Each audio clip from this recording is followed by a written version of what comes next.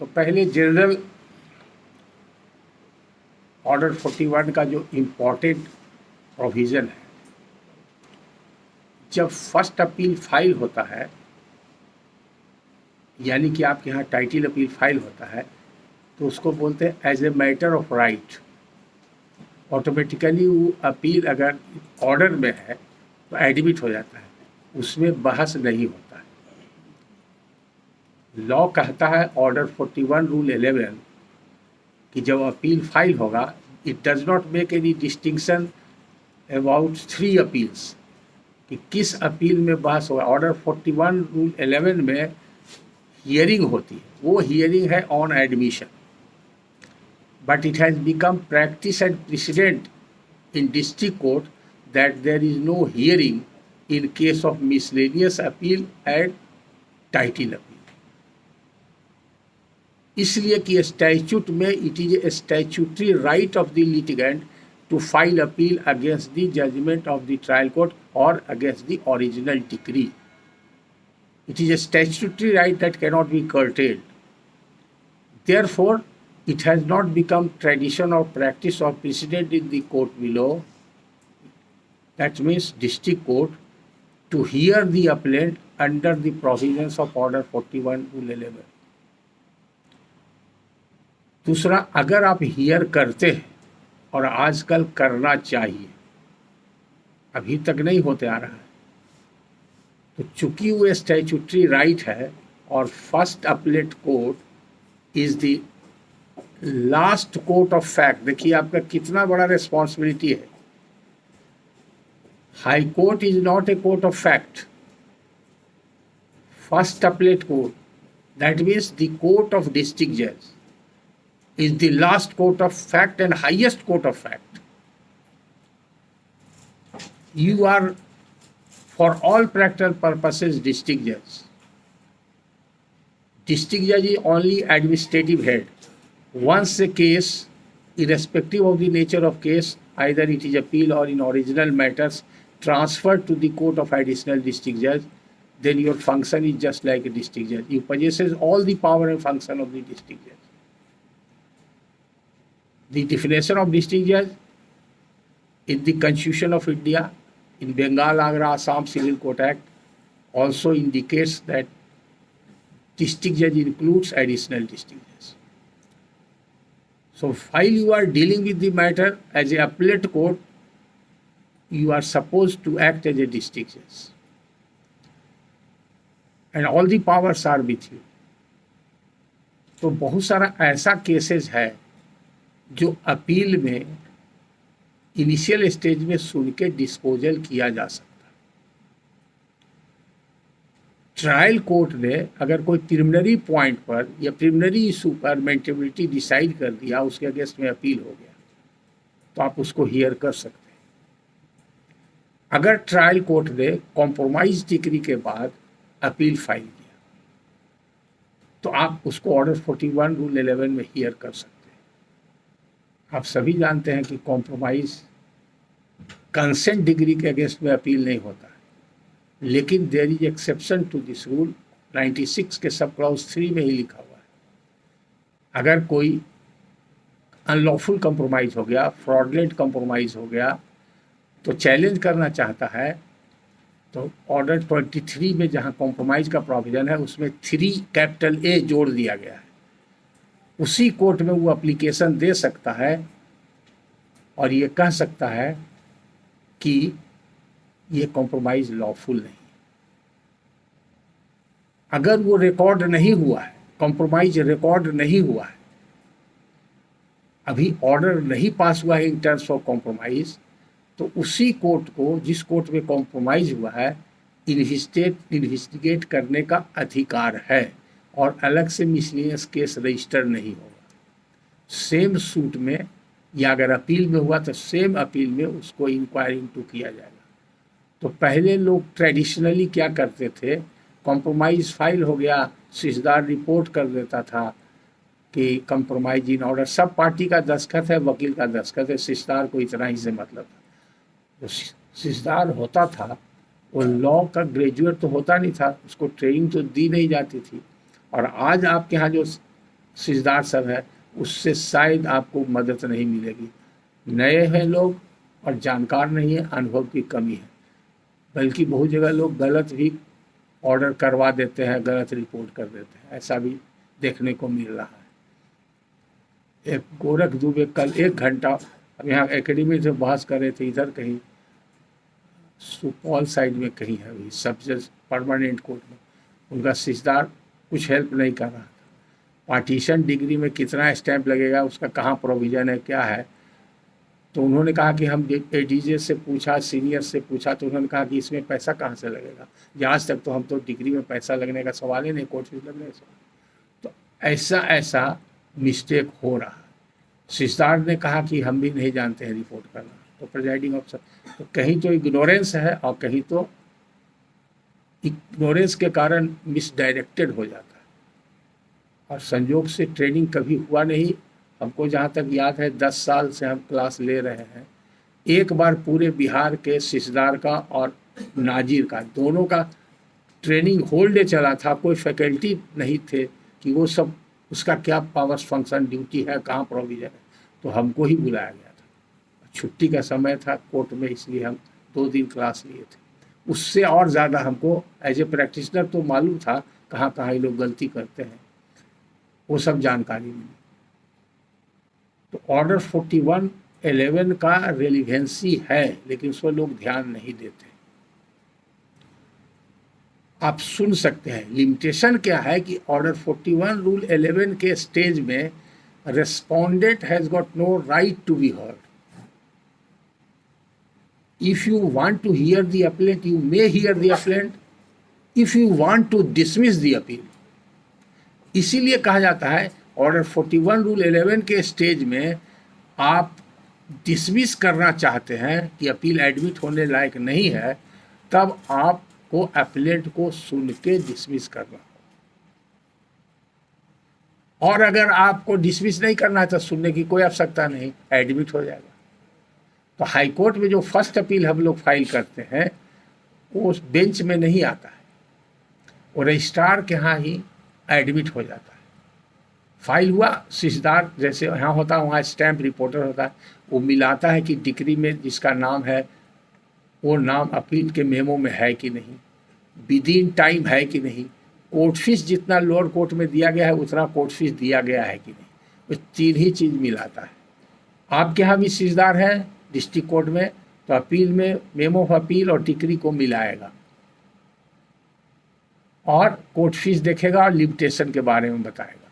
इसके अलावा और कुछ नहीं बता सकता। कोई टेक्निकलिटी पर है, कोई ऑर्डर है और मेंटेनेबल है कि नहीं, या उसके अगेंस्ट अपील लाई करता। बहुत सा ऐसा है कि जो अपीलेबल ऑर्डर नहीं उसके अगेंस्ट भी अपील फाइल कर देते हैं। कुछ स्पेशल एक्ट है जिसमें अपील फाइल होता है डिस्ट्रिक्ट जज का, वो भी मिसलेनियस अपील में आता है। इस तरह से ये देखने का काम है फर्स्ट अपीलेट स्टेज में कि ऑर्डर 41 के स्टेज में ये अपील डिसमिस होने के लायक है, तो हियरिंग ऑर्डर 41 रूल 11 के स्टेज में होगा और अपीलेंट को सुन करके आप उसको डिसमिस कर सकते हैं। और अगर एडमिट करना है तो सुनने की आवश्यकता नहीं, वो सिजदार के यहाँ ही आ जाएगा, उस लिखेगा कि अपील समय सीमा के अंदर है, अथेस्ट न्याय शुल्क दिया हुआ है, पक्षकार सही बनाया गया है, 3 लाइन का रिपोर्ट रहेगा, अपील वाद, और खाली जगह छोड़ देगा किया जाता है, तो आप सिर्फ लिखिएगा स्वीकृत, जो आजकल हो रहा है वो सही हो रहा है। हाई कोर्ट में भी ऐसा ही होता है, वो अपील लिख देता है ऑफिस क्लर्क और appeal is admitted, admitted word registrar साहब लिखते हैं। तो हाई कोर्ट रूल्स के हिसाब से रजिस्ट्रार जो होता है, registrar is a clerk of the high court. उस पर division bench judgement Patna high court का एक बार एक रजिस्ट्रार जनरल से, बहुत दिन की बात है, 96 की बात है, कुछ ऐसी बात हो गई थी डिस्कशन में, तो हम कहा कि शायद आप अपना जुडिक्शन नहीं जानते, you are not a judicial officer in the high court, you are clerk of the high court. तो बड़ा उनको झटका लगा था। हम कहा 1940 पटना डिवीजन बेंच पढ़ लीजिए।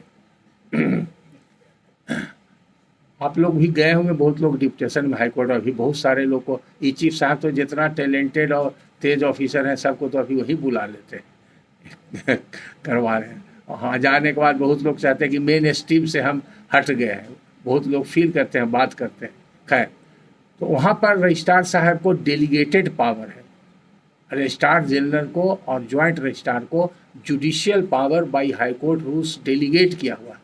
वो लिमिटेड है, जैसे स्टे करना है, अगर यहाँ एक्सक्यूशन चल रहा है हाई कोर्ट में, हम लोग अपील फाइल करते हैं और स्टे ऑर्डर 41 रूल 5 में अपीलेट कोर्ट को जुडिक्शन है ट्रायल कोर्ट के डिक्री के अगेंस्ट में अगर एक्सक्यूशन है तो उसको स्टे करने का, तो वो स्टे मैटर के लिए डेलीगेट किया हुआ है रजिस्ट्रार साहब को। दूसरा, अगर कोई मर गया है with in time substitution petition file हुआ है तो वो सब्स्टिट्यूशन के लिए उनको डेलीगेटेड पावर है। और तीसरा, अगर अपील एडमिट हो गया है तो रिक्विजिट फाइल करना है समन्स नोटिस के लिए, और अगर वो सर्विस हुआ या न हुआ इसको डिक्लेयर करने के लिए, तो जो क्लरिकल पावर है जो आपका यहाँ बेंच क्लर्क या ऑफिस क्लर्क देखता है या सिजदार देखता है, उसी तरह का फंक्शन रजिस्ट्रार को, जिसमें जुडिशियल ऑर्डर पास होता है कि service is declared valid.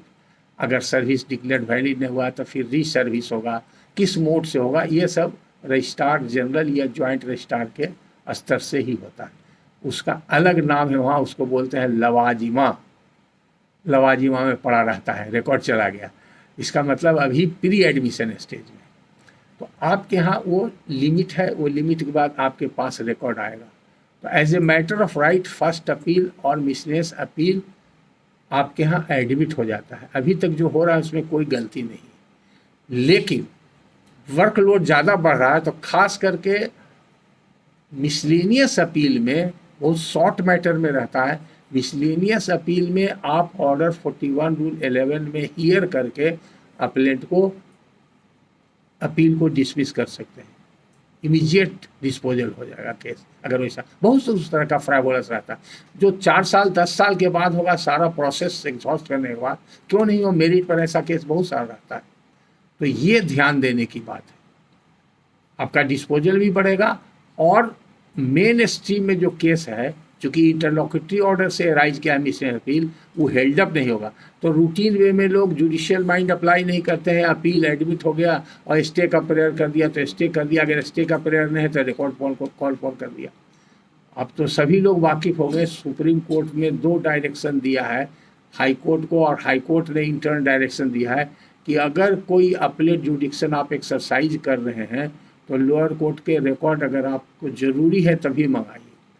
Lower court को डायरेक्शन है कि अगर हाई कोर्ट या सुप्रीम कोर्ट से रिकॉर्ड मांगा जाए तो ओरिजिनल रिकॉर्ड नहीं भेजना है, जेरोक्स करा के आपको भेजना है, पेंडिंग रिकॉर्ड। हाँ, डिस्पोजल है तो उससे हेल्ड अप होने का सवाल नहीं है। तो ये आप लोग सभी जानते हैं, इसको स्ट्रिक्टली फॉलो कीजिए। ये क्विक डिस्पोजल के लिए है। दूसरा क्या है, सुप्रीम कोर्ट का जनरल डायरेक्शन है, आज भी वो लागू है। अगर अपीलेट कोर्ट को स्टे ऑर्डर पास करता है, वो आप पर भी लागू होता है, चूँकि आपका अपीलेट कोर्ट हाई कोर्ट है और आप भी किसी के अपीलेट कोर्ट है मुंसिफ या सब जज के अकॉर्डिंग टू वैल्यूएशन। तो अगर आप स्टे ऑर्डर ग्रांट करते हैं तो जो ट्रायल कोर्ट ओरिजिनल कोर्ट है उसके लिए, या हाई कोर्ट या सुप्रीम कोर्ट का स्टे ऑर्डर आपके है, वो 4 महीना तक वैलिड है। 4 महीना के बाद ऑटोमेटिक लैप्स हो जाएगा। ये मालूम है ना आप लोग को? 6 महीना है, हाँ, वो सभी को मालूम है ना। लेकिन हमको जितना भी रिपोर्ट मिलता है कि सर 6 महीना हो गया, जज साहब कहते हैं कि अभी तक स्टे है, हम कुछ नहीं कर सकते हैं और लिंगर कर रहा है।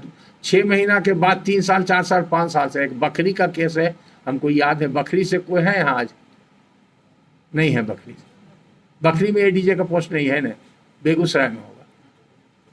तो वहाँ पर एक सब जज साहब के यहाँ केस है, वो 5-7 साल पहले स्टे हो गया है, एडमिट हो गया है यहाँ पर मिसलेनियस, सिविल मिसलेनियस, कोई इंटरलॉक्यूटरी ऑर्डर के अगेंस्ट में 6-7 से पड़ा हो। यहाँ से हमने रेफरेंस दिया, सुप्रीम कोर्ट का जजमेंट दिया, वहाँ के वकील साहब ने दिखाया, तो जज साहब कहते हैं कि हाई कोर्ट का स्टे है, हम कैसे इसको सुन सकते हैं। ये सब ignorance of law is no excuse either for the presiding officer और फॉर द क्लाइंट। अगर क्लाइंट को इग्नोरेंस है तो सफ़र करता है, जज को इग्नोरेंस है तो रॉन्ग ऑर्डर पास होता है, तो आपका ऑर्डर सेटिस्फाइड होता है। इसलिए ये सब चीज़, छोटी छोटी बातें, उस पर ध्यान देने की आवश्यकता है। जानना और ध्यान देना और उसको अप्लाई करना, ये सब इम्पोर्टेंट फैक्टर। तो ऑर्डर 41 में आप इस्तेमाल कर सकते हैं ऑर्डर 41 रूल 11 के स्टेज को for disposing of any miscellaneous appeal. Title appeal में दिक्कत है, लेकिन वहाँ पर जहाँ पर मेंटेलिटी पर टाइटल को डिसाइड कर दिया गया है, जैसे एक केस अभी मेरे पास हाई कोर्ट में है, इन्हीं के काजल जी के बैच में वो भी ऑफिसर थे, मनोज कुमार त्यागी नाम है, अभी बक्सर में, पटना सिटी में एडीजे थे, वहाँ दिल्ली हाई कोर्ट में प्रैक्टिस करते थे, बहुत इंटेलिजेंट ऑफिसर हैं और बहुत मेहनती। तो 2-3 बार एक मैटर में हमसे कंसल्ट किए ऑन फोन, जब उनको नहीं समझ में आया तो फिर आए मेरे घर पर, क्योंकि पटना में थे आए, और यहाँ पर उनका कोई सर्किल नहीं था, कहीं जाते नहीं थे, तो कहा सर हम तो आप ही को जानते हैं और किन्हीं को नहीं जानते, तो हम आ सकते हैं, आइए मेरे घर।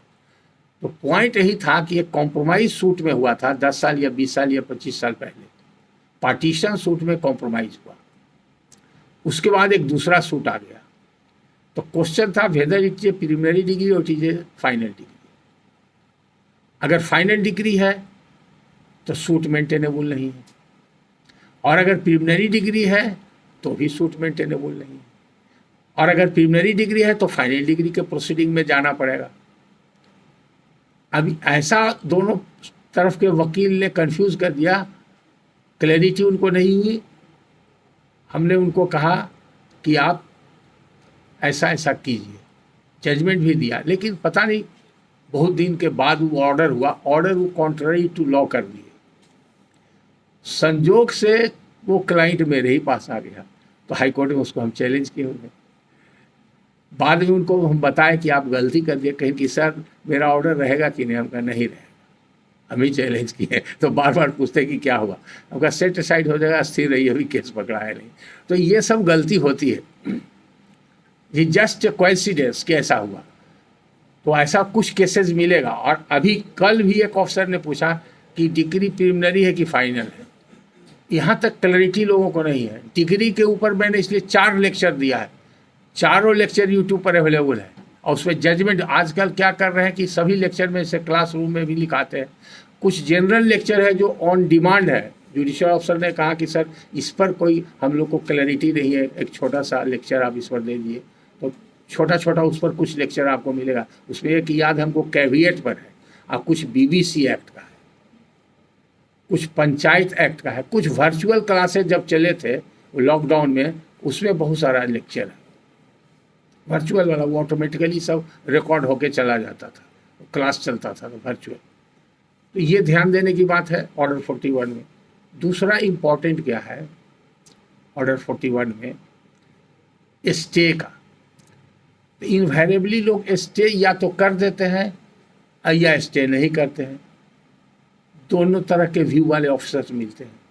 लेकिन ये जानना चाहिए कि कब स्टे करना चाहिए, कब नहीं करना चाहिए। आपको पावर है, but that power has to be exercise judiciously and in accordance with the statutory provision which is mentioned in the code itself। उसको गौर से पढ़ने का, certain conditions are there। अगर if all those parameters have been fulfilled तभी आप stay कर सकते हैं, अदरवाइज नहीं कर सकते।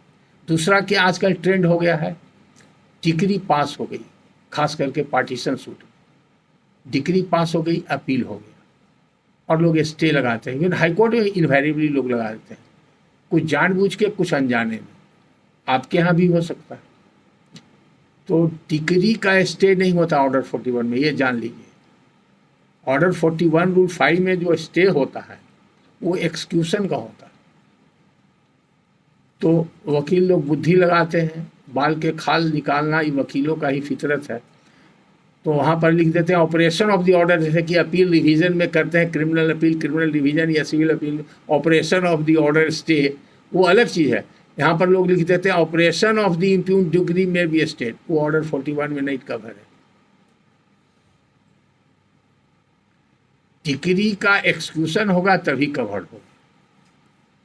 तो स्टे अगर आप भाई you are acting as a appellate court and exercising power under order 41 rule 5 CPC for granting a stay, you must remember that my limitation is to grant a stay of the execution proceeding.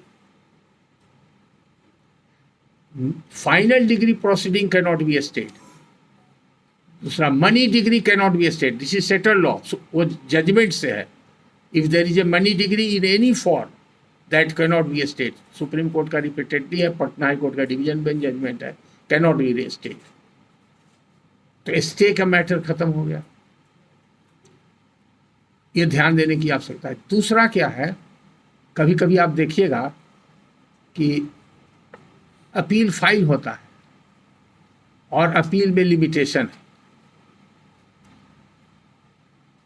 तो limitation को condone करने के लिए section 5 में condonation का petition पड़ता है, तो मेमो के साथ नहीं दिया गया है। लोग ऑब्जेक्शन करते हैं अदर साइड से, या कभी कभी कोर्ट का होता है ऑब्जेक्शन कि मेमो के साथ कंडोनेशन का प्रेयर नहीं है, इसलिए मेमो रिजेक्ट कर देते हैं। ये गलत है, इसको समझने की आवश्यकता है। Time barred appeal is no appeal in the eye of law. इसका क्या कंसिक्वेंस है? इसका कंसिक्वेंस ये है कि if it is no appeal you can not proceed in that appeal. तो किस बात के लिए जनरली प्रोसीड करते हैं? स्टे के लिए इंटरलॉक्यूटरी ऑर्डर पास कर सकते हैं, या बहुत अर्जेंट मैटर है, अर्जेंट सिचुएशन है तो इंजंक्शन के लिए कर सकते हैं अपील में, या अगर और अर्जेंसी है रिसीवर के लिए कर सकते हैं। तो ये सब जो एंसिलरी प्रोसीडिंग है और इंटरलॉक्यूटरी ऑर्डर पास होता है ट्रायल कोर्ट में या अपीलेट कोर्ट में भी हो सकता है। क्योंकि ट्रायल कोर्ट को जितना पावर है सभी अपीलेट कोर्ट को पावर है, इसीलिए आप अपील का पावर जो एक्सरसाइज करते हैं 94 में और 96 में जो पावर है, 96 में अपीलेट कोर्ट का आपका पावर है, वो पावर आप 107 के साथ मिला के पढ़िएगा तो आपको बता देगा कि ट्रायल कोर्ट को जितना पावर है सारा पावर आपको है। इसलिए भी कहा जाता है कि appeal is a continuation of suit. तो सूट में जो पावर आपको है वो सारा पावर आपको भी। अगर आप चाहिए तो आप सूट का भी डिस्पोजल कर सकते हैं, सूट का भी डिस्पोजल कर सकते हैं, वो पावर आपको देता है 107 सब क्लॉज 2 सेक्शन का। लेकिन चूंकि आप एडिशनल कोर्ट हैं तो आपके पास सूट आएगा ही नहीं। ये पावर हाई कोर्ट और डिस्ट्रिक्ट जज को एट पार है, कंकरेंट पावर है सेक्शन 24 सीपीसी। किसी भी कोर्ट से डिस्ट्रिक्ट के अंदर डिस्ट्रिक्ट जज केस को रिकॉल कर सकते हैं, रिकॉल करके अपने पास रख सकते हैं या दूसरे ऑफिसर के यहाँ भेज सकते हैं। हाई कोर्ट को with in territorial limits state के अंदर हाई कोर्ट का जुडिक्शन है, किसी कोर्ट से कहीं भी भेज सकते हैं। सुप्रीम कोर्ट को 25 में सेम पावर है, पूरे ऑल ओवर इंडिया में ट्रांसफर हो सकता है। तो जब डिस्ट्रिक्ट जज सूट का ट्रांसफर करते हैं तो उनको पावर है खुद रख करके डिस्पोजल कर सकते हैं। तो चूंकि बीजी है, बहुत तरह का फंक्शन रहता है, एडमिनिस्ट्रेटिव फंक्शन, पूरा जुडिशियल फंक्शन, स्पेशल एक्ट्स में ही बहुत तरह का फंक्शन होता है, इसलिए नॉर्मली प्रैक्टिस में नहीं है। हाई कोर्ट भी कर सकता है लेकिन हाई कोर्ट ने आज तक नहीं किया। आपके यहाँ जब वो ट्रांसफर 24 का एक्सरसाइज करके आपके यहाँ फिर ट्रांसफर कर देंगे तब आपको फुल फ्लेजेड पावर है ट्रायल करने का, कर सकते हैं। हाई कोर्ट में आपको जानकारी के लिए बता दें, अपवाद में एक केस है, हुआ है, हिस्ट्री बन गया है, बहुत कम लोग जानते हैं, शायद आप लोग कभी क्लास में बताए होंगे तभी जानते होंगे, ऐसे तो नहीं जानते। हाई कोर्ट ने एक सूट का ट्रायल किया था, मालूम है आप लोग को? नहीं, तो इम्पोर्टेंट जानने लायक चीज़ इसलिए बता देते हैं। और आपके सिविल लिटिगेशन के लिए भी रेलिवेंट है जो आपके यहाँ सिविल सूट में आएगा। पहले जमींदारी सिस्टम थी, आप जानते हैं, जमींदारी का उन्मूलन हुआ यानी कि अबॉलिशन ऑफ जमींदारी, ये भी आप जानते हैं। तो किस एक्ट से हुआ और कब हुआ बता सकते हैं तो आप बताइए, किस एक्ट से जमींदारी का एबॉलिशन हुआ और कब हुआ? सुने हैं? अगर लैंड लॉ वाला क्लास में आप लोग अटेंड किए होंगे तो कुछ बताए थे हम, याद है? नहीं याद है? नहीं याद है? अच्छा, कॉन्स्टिट्यूशन के विद्यार्थी आप लोग तो बहुत रहे होंगे। पहला अमेंडमेंट कॉन्स्टिट्यूशन का आया था, किस केस में आया था ये बताइए? कामेश्वर सिंह। अब समझ जाइएगा, कामेश्वर सिंह का अमेंडमेंट किस वास्ते आया था?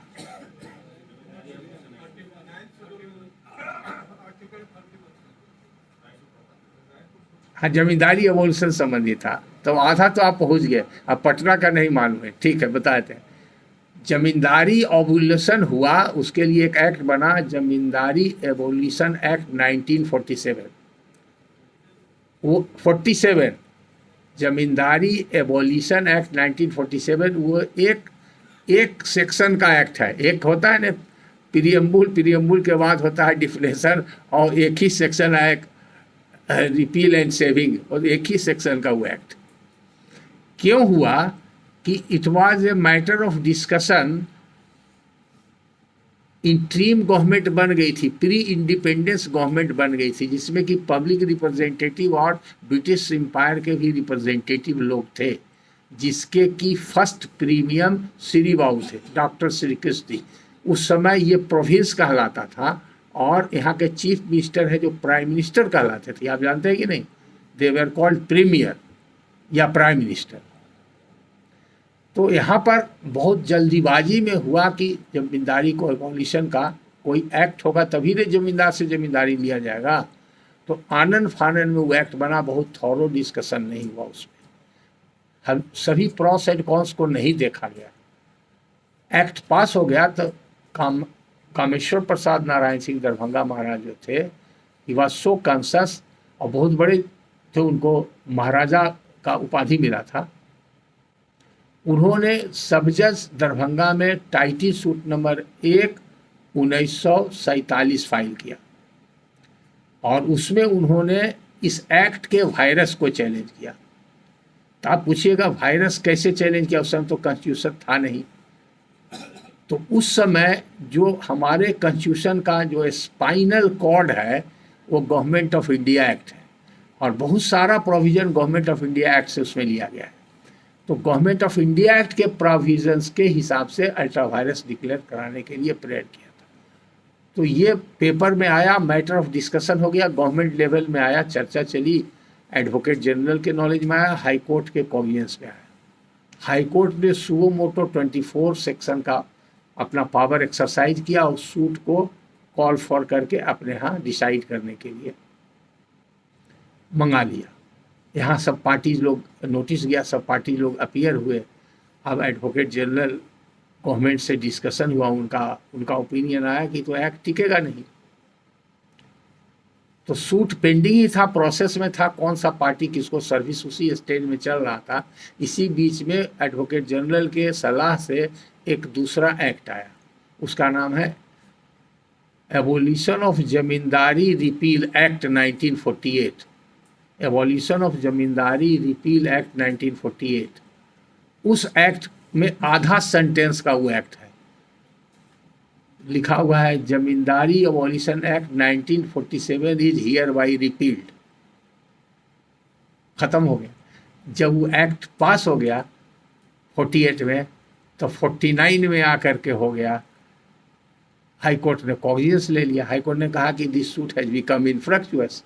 तो राजा साहब के जो वकील थे कहा कि हाँ इन्फ्रक्चस हुआ, चूँकि हम तो चाहते थे कि ये एक्ट सेट असाइड हो जाए, वायरस इस अल्ट्रा वायरस डिक्लेयर कर दिया, रिक्वेस्ट कर दिया जाए। तो वो खुद गवर्नमेंट ने ही उसको रिपील कर दिया, तो हमारा सूट का तो कोई प्रयोजन नहीं रहा। तो 49 गुजर गया, तब तक इंडिया इंडिपेंडेंस एक्ट 1949 इनेक्ट हो गया। तो हम लोग को आज़ादी 47 में नहीं मिली है, 47 में ट्रांसफ़र ऑफ पावर हुआ है। उस समय तो इंडिपेंडेंस एक्ट आया ही नहीं था, तो 49 में एक्ट आया। इस पर अगर डिटेल जानकारी लेना है तो एक स्पेशल रिक्वेस्ट पर मेरा एक वीडियो है, उसमें लिखा हुआ India and independence day legal aspect, उस टॉपिक का नाम है। आप लोग वर्थ वाइल सुनिएगा। लीगल प्रोविजन भी बताए हैं, और कैसे पावर का ट्रांसफ़र हुआ ये भी बताए हैं। और उस दिन भारत आज़ाद नहीं हुआ, हालांकि हम लोग 15 अगस्त 1947 को मानते हैं और मनाते आ रहे हैं। वो पब्लिक का एक कन्विक्शन है और फेथ है, but legally it is not correct. दूसरा, झंडा लहराने और फहराने में क्या फ़र्क है? बहुत जुडिशियल अफसर को भी गलती से फहराते हुए देखे हैं, और कई ऑफिसेज में देखे हैं। होइस्टिंग एंड अनफर्लिंग बहुत टेक्निकल चीज़ है, उस पर भी मेरा। और तीसरा, झंडा से संबंधित अब तक कितना कानून बना है, उसमें क्या क्या सुधार हुआ है। और चौथा, जिंदल वाला केस अगर आप लोग पढ़े होंगे, एक आम आदमी को झंडा फहराने का क्या अधिकार है, और उसमें सुप्रीम कोर्ट का जजमेंट, सारा चीज़ें। और सबसे इम्पोर्टेंट है उसमें इंडिया का कितना नाम आप बुक में पढ़ें ये अवेलेबल है। मैंने 25 या 27 नाम बताया है इंडिया का। 2-3 रिसर्च स्कॉलर ने हमसे बात किया कि सर ये सब आप कहाँ से लाए हैं। हम लोग रिसर्च कर रहा है, कोई नालंदा में आके कर रहा था बाहर का, जूनियर वकील बिहार से, में उसके कांटेक्ट से हमसे बात किया था और मिलना चाह रहा था। हम कहा और पढ़िए, खोजिए, रिसर्च कीजिए, रिसर्च कर रहे हैं, मिलेगा, लेकिन हम जो बताए हैं सही है। तो बड़ा जानने और सुनने की बात है। पासिंग रेफरेंस में बता दी। तो ये जब एक्ट, इंडिपेंडेंस एक्ट आया, तब हुआ कि क्यों ये जमींदारी का एवोल्यूशन होगा, तो राइट टू प्रॉपर्टी, कॉन्स्टिट्यूशन भी उधर चल रहा था, कॉन्स्टिट्यूएंट असेंबली चल रहा था साइमल्टेनियसली, तो उसमें right to property fundamental right के अंतर्गत आता था। आप लोग जानते हैं गोलकनाथ केस के बाद वो सब हुआ, 19F डिलीट हो गया आर्टिकल। तो बहुत सोच समझ के बनाया गया, वो पूरे इंडिया में लागू है। इसलिए बिहार के एक्ट के बारे में दूसरे स्टेट के ऑफिसर लोग नहीं जानते हैं। बिहार लैंड रिफॉर्म्स एक्ट 1950, इसी में zamindari, vesting of zamindari and consequences of vesting, वो बैकबोन है जिसके आधार पर आज भी आपको हर सिविल ट्रायल में उसका मामला मिलेगा। इसलिए यहाँ पर बता दिया गया रेफरेंस क्या है। जमींदारी वेस्ट किया तो जमींदारी के पहले कितना तरह का ज़मीन होता था, उसका नेचर क्या था, लैंडलॉर्ड का क्या राइट था, टेनेंट का क्या राइट था, जमींदारी एवोल्यूशन के बाद लैंडलॉर्ड का क्या स्टेटस हुआ, टेनेंट का क्या स्टेटस हुआ, ये सारा चीज़ उसी में लिखा हुआ है। रेंट कब फिक्स होगा, नहीं फिक्स होगा, उसके रूल्स बने फिर 1953 में, बिहार लैंड रिफॉर्म्स रूल्स 1953। तो उसमें भी कुछ ऑब्जेक्शनेबल था। 1950 एक्ट में भी जमींदारों के लिए प्रॉपर कंसिडरेशन नहीं था। उनका, जिनको लाखों लाख का सालाना आमदनी था और कल उनका सब आमदनी बंद हो गया, तो क्या करेंगे। बहुत से छोटे लैंडलॉर्ड थे, आज के तारीख में बहुत से जो उनके जनरेशन वाले हैं, लेबरर हैं, वर्कर हैं, रिक्शा पुलर हैं, ऐसे कई जमींदारों को हम जानते हैं जो लेबरर का काम कर रहे हैं। वो लोग कंसस नहीं थे, प्रॉपर्टी को सेव नहीं किया, उतना जानकारी नहीं थी, और ज़मींदारी के अलावे कभी कोई और दूसरा बिजनेस वगैरह अडॉप्ट नहीं किया। वो अलग मेंटेलिटी थी और अलग क्लास था ज़मींदारों का। वो लोग लैंड रखना, बड़े ज़मींदार लोग अपने पास में लैंड नहीं रखते थे, वो ज़मींदार कहलाते थे। तो कल्टीवेटर क्लास अलग होता था, landlord class, there was 2 class, haves and have nots, जैसे अभी है उस तरह से ज़मींदार एंड नन ज़मींदार। वो कल्टीवेटर लोग थे, 100 एकड़ हो, 500 एकड़ हो, 1000 एकड़ हो। पूर्णिया में तो मौली को और बनेली वाली सबको 4000 एकड़, 5000, 44,000 एकड़ मैक्सिमम था ज़मीन बिहार में, 44,000 एकड़ उस ज़माने में। लेकिन वो ज़मींदार अगर नहीं है तो ज़मींदार क्लास के साथ वो नहीं बैठ सकते थे, ये इतना डिफरेंस था क्लासिफिकेशन। तो फिर कामेश्वर प्रसाद नारायण सिंह ने रिट फाइल कर दिया और 226 में वो चैलेंज कर दिया वायरस इस नए एक्ट का, लैंड रिफॉर्म्स एक्ट का। वो रिपोर्टेड है AIR 1951 पटना में, वो क्वेश हो गया। तो बिहार सरकार सुप्रीम कोर्ट में अपील की। जब सुप्रीम कोर्ट में अपील हुआ, पेपर में फ्लैश हुआ, तब पंडित नेहरू इस पर उनका ध्यान गया।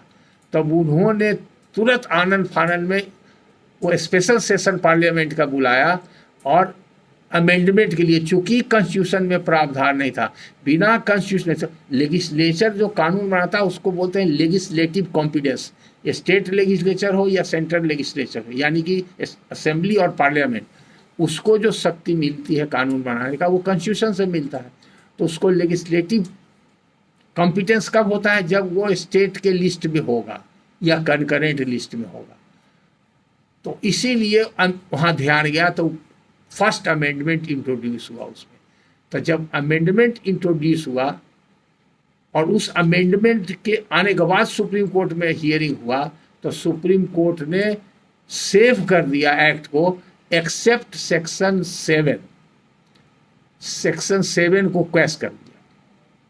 फिर उसके बाद बिहार गवर्नमेंट यानी कि स्टेट लेजिस्लेटिव असेंबली ने उस 7 को फिर से अमेंड किया था। एक अमेंडमेंट उसके बाद आया। तो सुप्रीम कोर्ट वाला जजमेंट 52 में है और 53 में फिर अमेंडमेंट आया और 53 में रूल्स आया। ये हिस्ट्री है। ये पहली बार जब हम हाई कोर्ट में एक आए थे, इलाहाबाद हाई कोर्ट से जस्टिस पीसी वर्मा, उनको हमने बताया था। हुआ था ऐसे कि दो सीनियर एडवोकेट काफ़ी एजेड थे, दोनों 85 प्लस थे और सिविल के दोनों स्टॉलवर्ड एडवोकेट थे।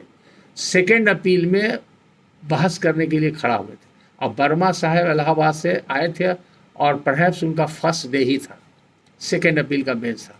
4-5 केस या 6 केस के बाद मेरा केस था, तब पीछे के रो में हम बैठे हुए थे। तो जो सीनियर अपीलेंट के एडवोकेट थे उन्होंने ओपनिंग लाइन कहा, this appeal arises out of a suit for partition filed by son against the father. जैसे ही इनका फुल स्टॉप ही नहीं हुआ कि ऊपर से जज साहब ने कहा, then I am going to dismiss your appeal is not maintainable. How a son is competent to file a suit against father. अब ऐसा स्पॉन्टेनियसली रिमार्क जज का हुआ व्हाइल सिटिंग इन कोर्ट कि दोनों सीनियर एडवोकेट हतप्रभ हो गए। अब ये समझ नहीं सके कि कहाँ उनका फोकस है, किस कंटेक्स्ट में कह रहे हैं, और कोर्ट पूरा भरा हुआ था। बहुत सारे वकील खड़े भी थे, कैपेसिटी से ज़्यादा लोग, चूंकि नए जज आए हैं, कैसा उनका परफॉर्मेंस एक्सपोजर है, ये सब लोग वॉच करते हैं। तो इन लोग अपने एक्सपीरियंस के हिसाब से कि हुजूर यहाँ पर तो यही होता है, रोज़ हो रहा है, अगर ऐसा व्यू लिया जाएगा तो हज़ारों फर्स्ट अपील सेकंड अपील ख़त्म हो जाएगा, इस तरह की बात कर रहे थे। और इसमें मामला उलझ गया, 4-5 मिनट डिस्कशन होते रहा। हमको तुरंत माइंड स्ट्राइक किया, तो हमको लगा कि हम लोग का भी काम हेल्ड अप होगा और कहीं ऑर्डर कर दिए तो बड़ा मुश्किल हो जाएगा, फिर लार्जर बेंच में ले जाना पड़ेगा, हम लोग भी अफेक्टेड हो जाएंगे। तो अनकॉल्ड फॉर, जो कि हाई कोर्ट में अच्छा नहीं माना जाता है, I dare to come forward. भीड़ में आगे भीड़ थी, हम आगे जाके खड़ा हुए, हमारा बॉडी नहीं सी थे। हमने कहा, may I assist your lordship on this situation. Yes come forward, what do you want to say. हम कहा, perhaps my lord is talking about bhudari right और raiyati right of UP. Here is not the same position, we are govern by Bengal tenancy, Bihar tenancy. Oh, I know, Bengal tenancy. No, now it is Bihar tenancy, but the provision is the same. तब जज साहब का remark, oh, I salute this Bihar, who is responsible for introducing first amendment in the Constitution of India. तब उसके बाद हुआ, तब हम कुछ बोले कि जमींदारी वाज अबॉलिश इन 1947, तो रिएक्ट कर गए। तो उनको पूरा कहानी बताए, जब बताए तो वो थैंक्स हमको दिए और सब वकील लोग सुनते रहे। और उसके बाद तब वो अपील सुने, अपील को एडमिट किए। तो ये जानकारी, तो ये जो ये नहीं कर सके, अप्रिशिएट नहीं कर सके कि वहाँ का जो लॉ है, लोकल लॉ, वहाँ आज भी, वहाँ यूपी के हैं कोई यहाँ पर अभी, वो जानते होंगे, हैं, मालूम है ना, वहाँ हिंदू लॉ में भी पार्टीशन सूट, लड़का अगर कल एग्रीकल्चरल होल्डिंग का है फादर के केस में, वहाँ राइटी राइट क्रिएट करना पड़ता है। यहाँ पर राइटी राइट ऑटोमेटिकली क्रिएट होता है। It is A transferable and inheritable under the provisions of BT act. यही फर्क है। तो अब आइए मेन स्ट्रीम में, आइए हम लोग फर्स्ट अपील और मिसलेनियस अपील पर हम लोग डिस्कस कर रहे थे। तो जब ऑर्डर 41 रूल 5 को हम क्रॉस करेंगे तो उसके बाद आएगा क्या, ये लिमिटेशन पर बात कर रहे थे। तो उसमें एक प्रोविज़न है कि अगर बार्ड बाई लिमिटेशन है, it is no appeal in the order, तो कोई इंटरलॉक्यूटरी ऑर्डर पास नहीं कर सकते। इसमें भी लोग गलती करते हैं, तो ये ध्यान देना है। तब क्या है कि अब कंडोनेशन ऑफ अपील का पिटीशन बाद में दिया जा सकता है, there is no bar. Mandate of law does not say that it should be filed simultaneously along with memo of appeal. आज मेमो अपील फाइल हुआ, स्टैम्प रिपोर्ट हुआ कि लिमिटेशन है, उसके बाद भी दे सकता है, 10 दिन के बाद भी दे सकता है। तो दूसरा क्वेश्चन होता है क्या,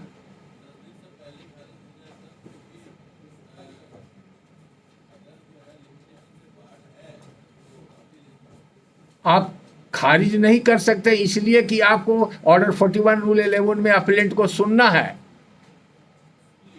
हाँ, सुन लिया, आओ प्रेयर करेगा कि हुजूर हम लिमिटेशन पिटीशन दे रहे हैं, हमको टाइम दिया जाए, तो नहीं दीजिएगा। क्या टी ब्रेक हो गया क्या?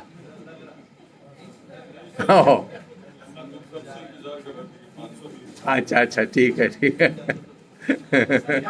और ये होता है, लेकिन को कहते हैं छुआछूत जैसे होता है, उस तरह से साइकोलॉजिकल भी हो जाता है।